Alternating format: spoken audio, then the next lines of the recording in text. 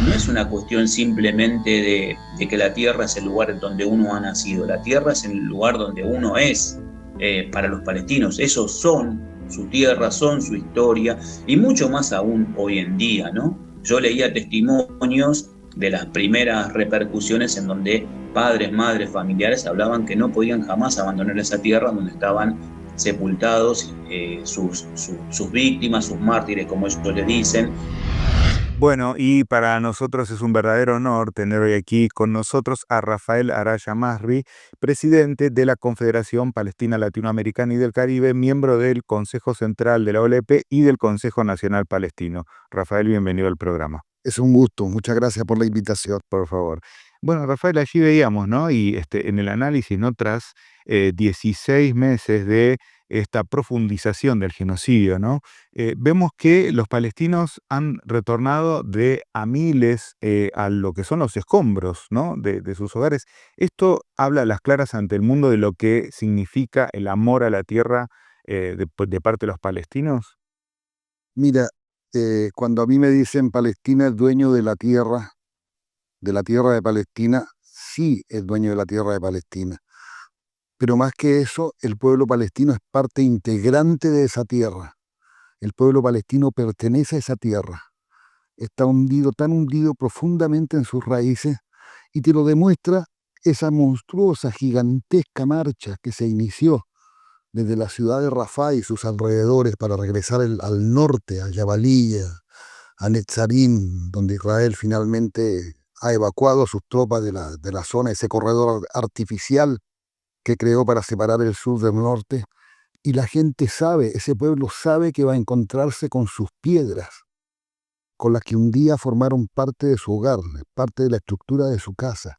Y aún así, en carretones tirados por burros, en autos con los techos cargados de valijas, caminando con muletas, con sus prótesis, los mutilados.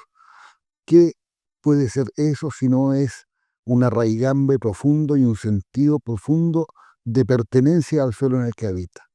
Entonces, esa es la ligazón del pueblo palestino en Gaza, así como en Cisjordania es la raigambre profunda entre los olivos que calan profundo en la tierra, que son los palestinos, son parte de esas cosechas de aceitunas, de esas ovejas, de todo eso. Entonces no se puede negar el derecho a un pueblo a echar raíces, a profundizar sus propias raíces y a seguir perteneciendo a esa tierra, ¿no? Ahora, Rafael, estábamos viendo, bueno, lo que ha sucedido en las últimas semanas con esta propuesta de Trump. ¿Crees que de alguna forma directamente le está blanqueando lo que ha ocurrido desde hace décadas, que es la limpieza étnica? Por supuesto, por supuesto. Pero ni siquiera es original con su propuesta. Esto es una propuesta que viene desde los años 50, cuando Israel propone por primera vez la evacuación total de la población palestina, tanto de Gaza como de partes de Cisjordania, para dejar el mínimo de población posible. Porque no te olvides que una de las premisas de los mitos fundacionales, de las razones fundacionales del Estado de Israel es, y esto dicho por Ben Gurión, queremos la mayor cantidad de territorio posible con la menor cantidad de nativos posible. Ellos quieren la tierra, a las personas no les importa.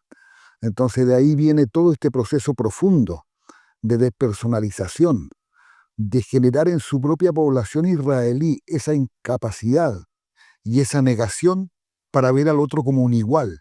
El palestino no es igual a un israelí. Y esto hay una gran estudiosa israelí, la doctora Nurit Pellet, que ha escrito mucho sobre los palestinos en el modelo educacional israelí, digamos, donde los libros de lectura de Israel ni siquiera aparece el rostro de un palestino. Aparece una calle anegada en un campamento, aparecen algunas carpas, aparece a lo lejos un carro tirado por un burro. Es decir, no hay humanidad en el palestino. Y ese es el mensaje. Y esa es la cosa más dura cuando vemos después reaccionar al ejército israelí. ¿Por qué el ejército de Israel hace lo que hace contra los palestinos? Porque ese proceso educativo que comienza en el jardín de infantes termina con el proceso de un ser humano, del cerebro de un ser humano, en el final del colegio secundario, y es entregado al ejército israelí.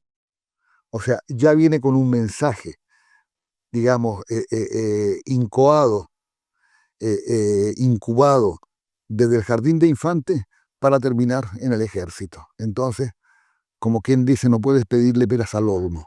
Una persona a la que le fue enseñado ese odio, esa incapacidad de ver al otro como un igual, esa incapacidad de humanizar a su semejante, tienes el resultado de la crueldad, de la inmisericordia y de la falta de caridad para con sus semejantes, en este caso el pueblo palestino.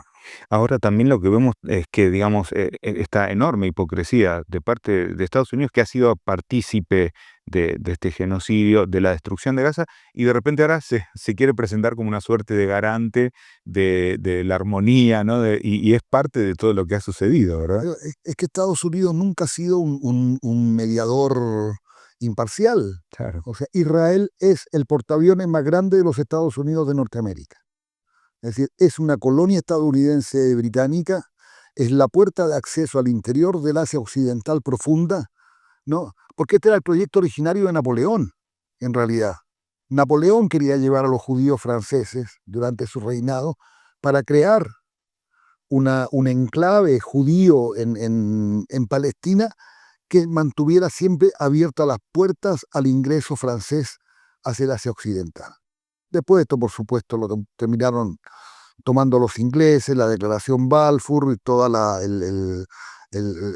el apoyo al primer proceso de limpieza étnica de Palestina, al primer proceso de colonización masiva de los territorios palestinos, ¿no? Y es hoy lo que es.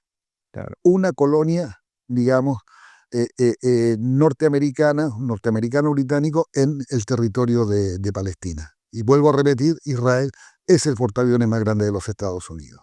Ahora, Rafael, también lo que estamos viendo, digamos que los medios hablaron de la tregua, y lo que inmediatamente sucedió es que pusieron nuevamente el foco en Cisjordania con bombardeos directamente. ¿Crees que se quiere reeditar lo que se hizo en Gaza allí? Mira, por supuesto. Es decir, si nosotros arrancamos desde el 8 de octubre, cuando comienza el proceso represivo y de bombardeo masivo del territorio palestino en Gaza, Gaza se utiliza en realidad como una cortina de humo para tapar, como una tapadera para todo lo que empieza a acontecer en Cisjordania. En Cisjordania ya hay 900 palestinos asesinados, ¿no? La destrucción de los campamentos de Jenin, algunos en Nablus, Tulkarem, que son ciudades donde habita una gran cantidad de refugiados, y tienes tal vez la muestra de perversidad más grande del régimen israelí. Esas máquinas que son como topadoras, pero que al centro llevan como un aro con dientes, que camina por el medio de las calles destruyendo el asfalto, destruyéndolo. Es decir, la idea de destruir todo lo que sea palestino. Todo. Es decir, porque volvemos a la premisa que siempre es recurrente de decir queremos la mayor cantidad de tierra con la menor cantidad de personas, personas no judías, ¿no? Entonces, sí, esto se pretende hacer en Cisjordania, y acá tenemos que recordar, querido hermano, las primeras palabras de los ministros de Estado israelíes en los primeros días de la ofensiva contra Gaza, cuando decían: los palestinos los vamos a expulsar al Sinaí. Egipto tiene que armar tanta cantidad de carpa para empezar a recibir a los palestinos que vamos a echar hacia Egipto. Es decir, si el rey Abdullah, si el presidente Al-Sisi no hubieran dicho que cualquier proceso o intento de expulsar a la población palestina, tanto de Cisjordania hacia Jordania, como desde Gaza hacia Egipto, significaba un casus belli, es decir, razón de guerra, Israel lo hubiera hecho. Pero también le significaba el incendio de la región. Entonces, tal vez ahora con el respaldo de Trump pretendan hacerlo, pero también tiene Trump que considerar que su propuesta ha caído prácticamente en saco roto. Es decir, porque cuando uno ve las reacciones de la República Popular China, de Rusia, de gran parte de los países de la Unión Europea, de América Latina, de este ministro saudí incluso que dijo: ¿por qué no se lo llevan a Alaska? Después los trasladan a Groenlandia cuando se apropien de Groenlandia. Entonces son señales muy potentes. Y tal vez sea una apuesta de máxima también de Donald Trump, y en eso tenemos que tener cuidado, de decir voy a pedir 1000 Claro. para obtener 100, ¿no? Es decir, también tenemos que estar muy atentos y muy alerta, porque no nos olvidemos que Donald Trump es un mercanchifle, es un comerciante y va a hacer todo para sacar su negocio adelante. Pero esta idea de transformar a Gaza en, comillas, la Riviera, ya la expuso su yerno Jared Kushner el año pasado cuando dijo que las playas de Gaza eran las mejores de la región y que era un lugar óptimo para construir 5, 6, 7, 10 resorts para llevar turistas de todo el mundo a disfrutar de las playas de Y allí, Rafael, también hay una cuestión que los medios prácticamente pasan de largo, que son los recursos naturales, y es esta cuestión del gas y de esto que se conoce como gas amarín. ¿Qué le podemos decir a la gente que nos está viendo? Que los medios no hablan de eso, ¿no? Mira, Benjamín Netanyahu lo planteó muy claramente en el año 2023 cuando estuvo en la ONU, cuando lleva un mapa del Gran Israel con una especie de caño que venía desde los Emiratos, que cruzaba todo y salía al mar Mediterráneo por Gaza, que también él plantea dos cosas. Por un lado, el canal, un canal bioceánico que conecta el Mar Rojo con el Mediterráneo, ¿no? Y por otro lado, llevar el gas del Golfo, pasarlo por los caños, conectar con gas amarín, que son, aclarémosle también a la audiencia, son depósitos de gas y de petróleo que tienen un potencial de alrededor de 500.000 millones de dólares. Es gas y petróleo palestino. Entonces la idea era, y acá nos vamos a explicar otras cosas, conectar con gas amarín, multiplicar la cantidad de gas y conectar a Europa. ¿Por qué? Porque con esto Israel se transformaba en el reemplazo del gas ruso que Europa dejó de comprar. Por eso la vocera de la Unión Europea, Van der Leyen, estaba tan feliz apoyando tan incondicionalmente a Israel, porque en realidad Israel les iba a solucionar el problema del gas, robando el gas palestino de gas amarillo, ¿no? Rafael, vamos a hablar un poco de lo que está sucediendo acá, que se ha visto en las últimas semanas de soldados israelíes responsables de crímenes de guerra, pero aparte no es que digamos alguien los acusa, ellos mismos en sus propias redes sociales han documentado lo que han hecho y los vemos paseando campantes tanto en la Patagonia Argentina como de Chile, ¿verdad? Mira, la Fundación Indy Rajab o Indy Rajib Sí. ha hecho un trabajo maravilloso con esto, porque precisamente en base a lo que tú dices, que son los propios videos de los soldados israelíes jactándose de sus acciones militares, sea volando un colegio, volando un barrio, destruyendo una universidad, o vistiéndose con la ropa íntima interior de una mujer en una casa asaltada, o caminando, usando un triciclo de un niño de 5 años, paseándose por el living de la casa, con todo lo que están robando, alhajas, vestido con las alhajas en los brazos y en el cuello, alhajas robadas en las casas de habitantes palestinos que fueron expulsados de sus hogares. Entonces, todo ello constituye crímenes de guerra.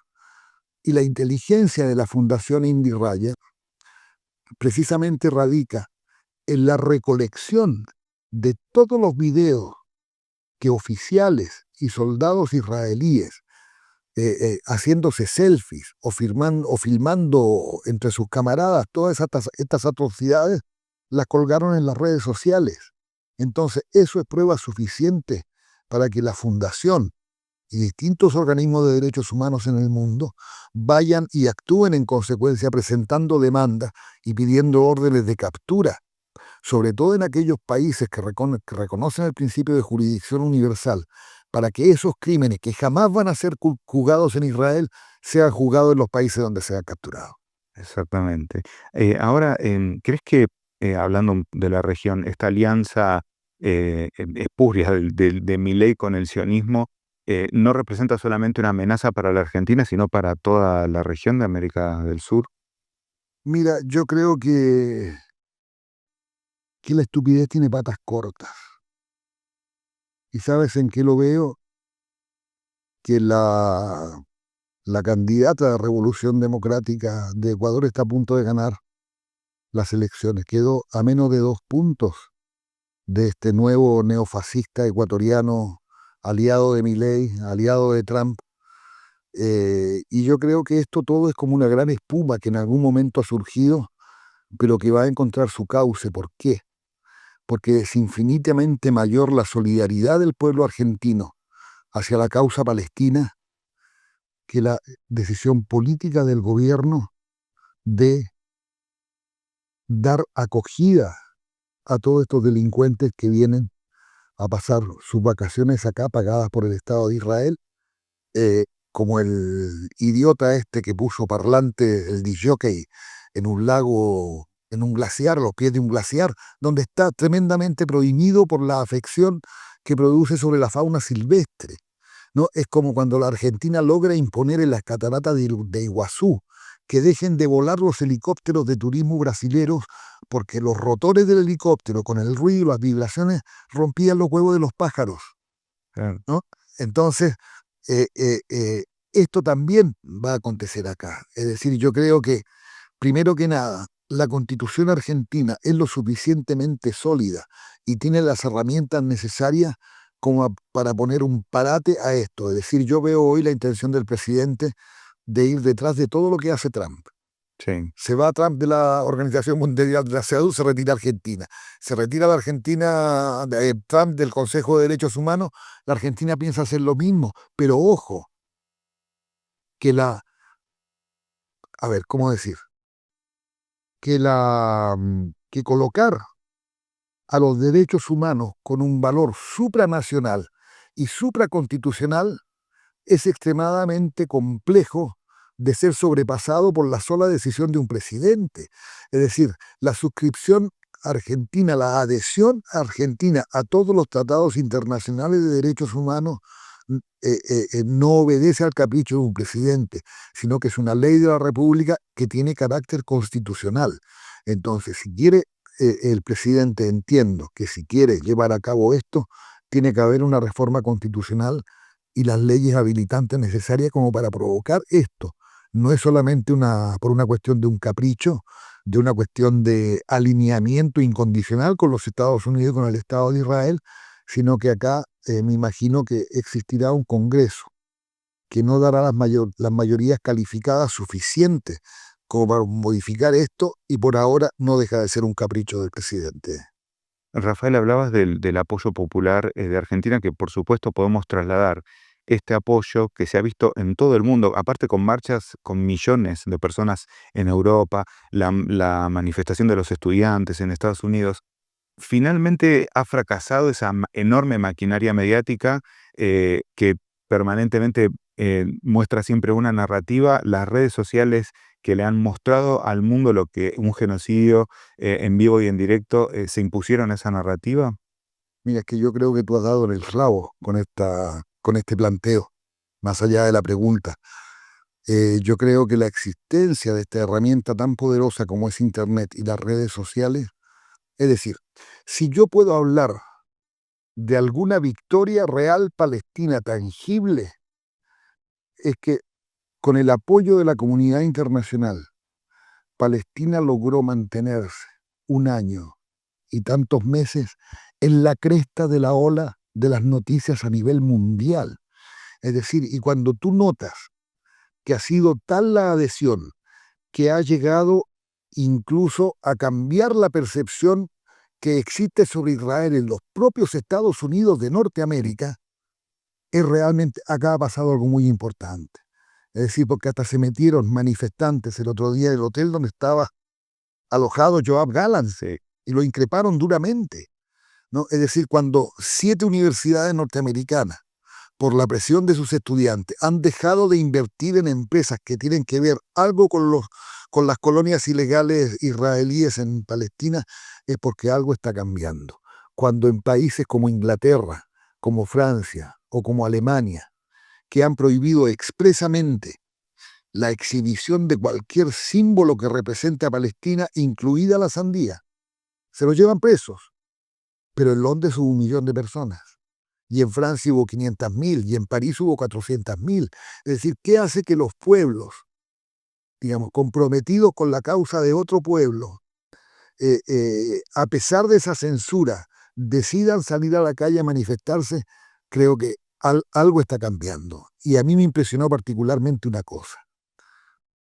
En Nueva York, en la sede central, en la estación central del metro de Nueva York, esos cientos o esos miles de jóvenes judíos con una remera negra que decía "no en nuestro nombre", yo creo que eso fue el golpe más duro para el sionismo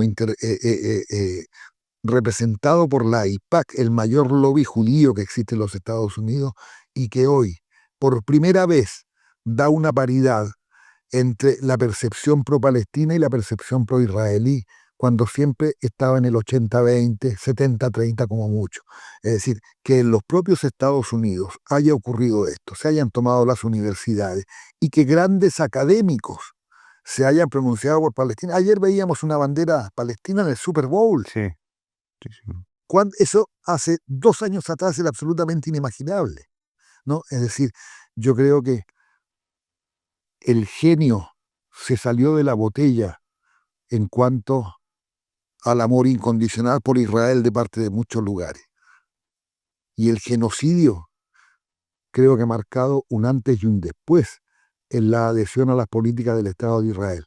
Y ese genio, gracias a las redes sociales, ya no puede ser metido en la botella de nuevo.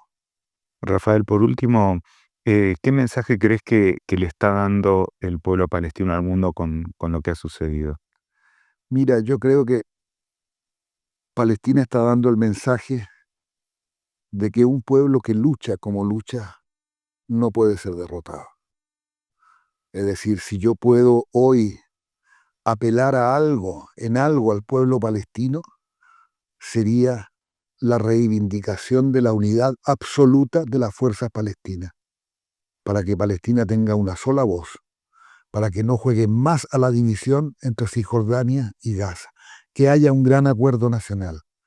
Porque si hoy Palestina es respetada por su capacidad de resiliencia y de rehacerse más allá del dolor y de la tragedia, eso va a ser tan importante como que Palestina sea una sociedad aglutinada en torno a un liderazgo democrático, en torno a un liderazgo que sea una sola voz ante el mundo. Rafael, muchísimas gracias por haber estado en el Gracias a programa. ti, por favor, ha sido un placer. El Frasco, Medios sin Cura.